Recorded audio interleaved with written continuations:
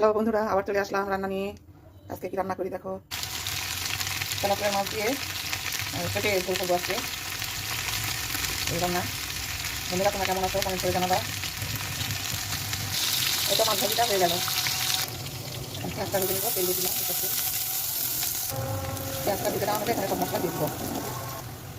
পেঁয়াজটা ভেজে নেওয়া হয়ে গেল। এখন এত রসুন বাটা, আদা বাটা দিয়ে দেবো। আদা রসুন দিয়ে দিলে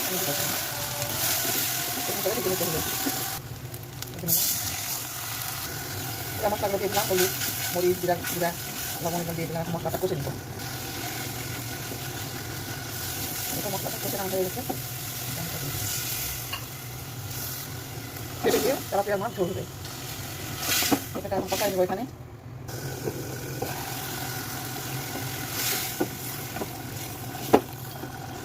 নাড়াচাড়া করে আবার ঢেকে রেখে দেবো। এটা তরকারি কষে নেওয়া হয়ে গেছে।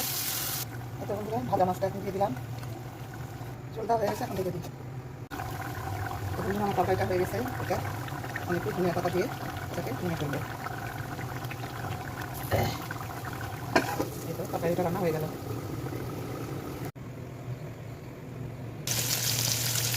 বন্ধুরা এই মাছটা ভেজে ভর্তা করবো। দেখো এই মাছটা কীভাবে ভর্তা করি। সেই লবণীয় ভর্তা খুব টেস্টি হয়।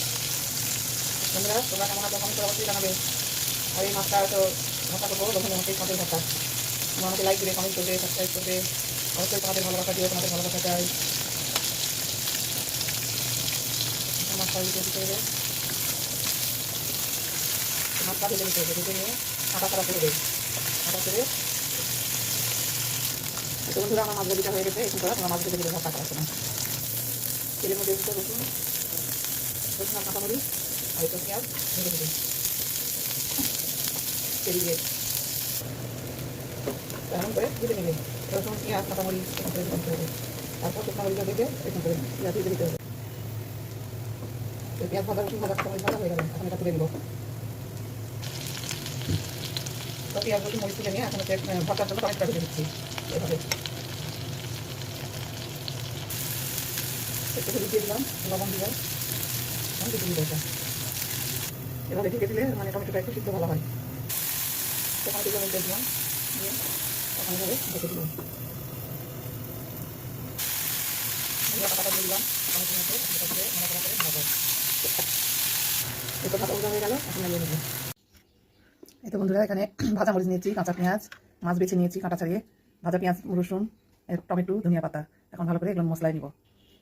এতে একটু সরিষার তেল নিয়ে নিলাম। ভালো করে মশলায় নিতে হবে। একটু পেঁয়াজ দিয়ে ভালো করে মশলায় নিচ্ছি। এভাবে মশলায় নিবে তোমরা। এখন সব কিছু মিক্সড করে নিব। সুন্দর করে মাখতে হবে। এরকম করে সুন্দর করে মাখবে। যত মাখবে তত স্বাদ হবে। বন্ধুরা বন্ধুরা ভর্তা তো সেই টেস্ট। তোমরা এরকম করে বানাবে। এই তো ভর্তা বানানো হয়ে গেছে। এখন পরিবেশন করার পালা। বন্ধুরা তোমরা এরকম করে একবার ভর্তা বানিয়ে খেয়ে দেখবে, সেই মজার ভর্তা এটা।